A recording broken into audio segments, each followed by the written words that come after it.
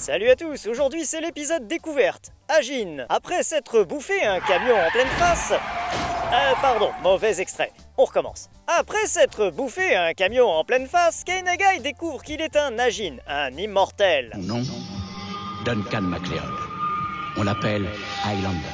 Ouais, c'est presque ça. Les épées et les longs manteaux en moins quand même. Bref, le problème c'est que les Agins sont considérés comme des monstres dont la capture peut éventuellement rapporter gros au premier mec super sympa qui le dénoncera aux autorités. Kei se retrouve donc traqué par les flics, les scientifiques et par l'inévitable organisation plus ou moins typée Gestapo, sans oublier une horde de connards lambda du coin qui veulent s'offrir le cul du héros pour toucher une grassouillette récompense. Lui, Keinagai, ce pauvre petit étudiant en médecine qui ne rêvait que d'une seule chose, devenir justement un connard lambda. Ceux qui ont vu ma vidéo sur SAO savent à quel point j'aime quand il y a des thèmes et un minimum de profondeur, et pas uniquement une histoire à 2 balles servant de prétexte pour faire ronronner les petits chatons en leur filant leur pâté standard de combat épique et de nichons rebondissants. Comme il n'est pas question de vous spoiler, je ne vais pas aller trop loin, mais disons simplement que je suis resté admiratif dans l'écriture des différents personnages. Si le fil principal de l'histoire n'est pas très original et reprend l'idée du pauvre gars qui n'a rien demandé et qui se retrouve traqué par le monde entier,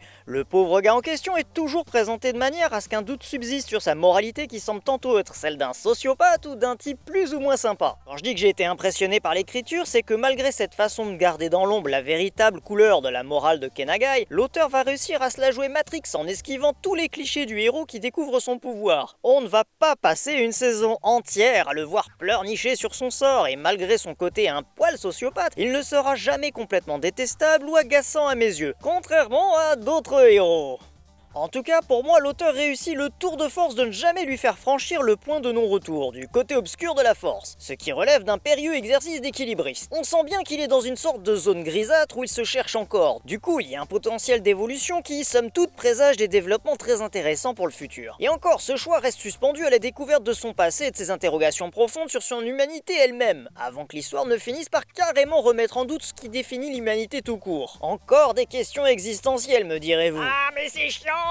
On voit moins de nichons quand il y a des thèmes! Oh, une fille à poil vient de passer. Ah, où ça? Oh, reviens, grosse cochonne! Je vais te montrer mon gros thème! Bref, ce qui est intéressant, ce n'est pas tant le thème traité, mais comment il est traité. Comme dans beaucoup d'histoires où un type qui n'a rien demandé est traqué, on se retrouve inévitablement avec des scènes standards de trahison, de délation et ce sentiment que le personnage n'est en sécurité nulle part.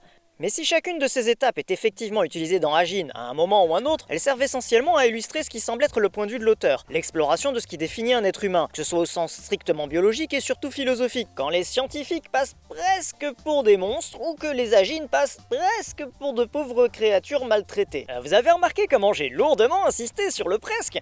Eh ben c'est normal, c'est parce que c'est ce presque qui m'a beaucoup plu. Car pour éviter de se taper un truc trop manichéen, l'auteur nous met toujours il a dit un ou quoi, des là personnages pour éviter de se taper un truc où tout le monde il est soit gentil, soit méchant, l'auteur nous met toujours un ou des personnages pour nuancer le propos. Mais passons aux défauts. Mais je vais faire bref, car il y en a un qui est très personnel et qui m'a sauté à la tronche. Je peux pas blairer les animés en full 3D. Les studios Polygon Pictures spécialisés en la matière sont aussi à l'origine de Knight of Sidonia et de certains épisodes de Star Wars Clone Wars. Et si j'avais pas mal apprécié Sidonia parce que j'étais dans un trip SF à ce moment-là, j'avais déjà eu du mal avec ce concept d'animation 3D en continu. Et que Agin soit adapté par ces studios me fait chier à un point monstrueux car j'ai l'impression de voir une cinématique de jeu vidéo qui tourne sur un vieux PC des années 90. Si dans les scènes de combat surnaturels où ce genre d'animation est parfaitement adapté grâce à sa fluidité naturelle, en particulier pour les ghosts, elle n'a absolument plus rien à foutre là quand il s'agit des scènes calmes où il ne se passe rien, car dès lors que l'action est absente, je sentais mon niveau d'immersion dans l'histoire décrocher à chaque mouvement trop lisse de pantin articulé.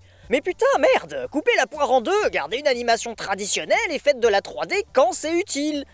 Oui, je sais, je suis chiant. La seconde chose n'est pas un mauvais point à proprement parler. C'est plus une crainte. Le manga a été écrit initialement par Tsuina Miura et dessiné par Gamon Sakurai. Mais au bout d'un an, Miura est parti s'occuper à plein temps d'un autre manga, laissant à Sakurai le choix de se démerder tout seul ou de s'arrêter là. Comme je n'ai pas lu le manga, je ne sais pas exactement où le travail de Miura s'arrête et où commence celui de Sakurai. Et qu'est-ce qui fait peur là-dedans? Ben, c'est que quand je regarde ce qu'a fait Miura, c'est-à-dire des trucs pour adultes, violents, glauques et sombres qui ont l'air bien sympas, où on retrouve bien cette atmosphère déjà présente avec Agin, et qu'ensuite on regarde ce qu'a fait Sakurai avant Agin.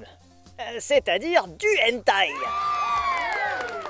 Ok, faut pas taper sur le mec qui doit payer son loyer à la fin du mois, car pour l'instant il semble que le bougre de petit cochon, il s'en sort plutôt bien, et développe les personnages dans des directions intéressantes, voilà. Il faut savoir que pour le moment, Agin est disponible en streaming sur Netflix, et qu'une saison 2 est prévue pour octobre de cette année de grâce 2016. Ouais, je sais, c'est un peu court, mais comme je tenais à faire une vidéo sans spoil, je peux pas creuser beaucoup plus, et ça me permet de vous mettre un truc sous la dent en attendant que j'en sorte une autre un petit peu plus grosse. Haha, comme ma vie.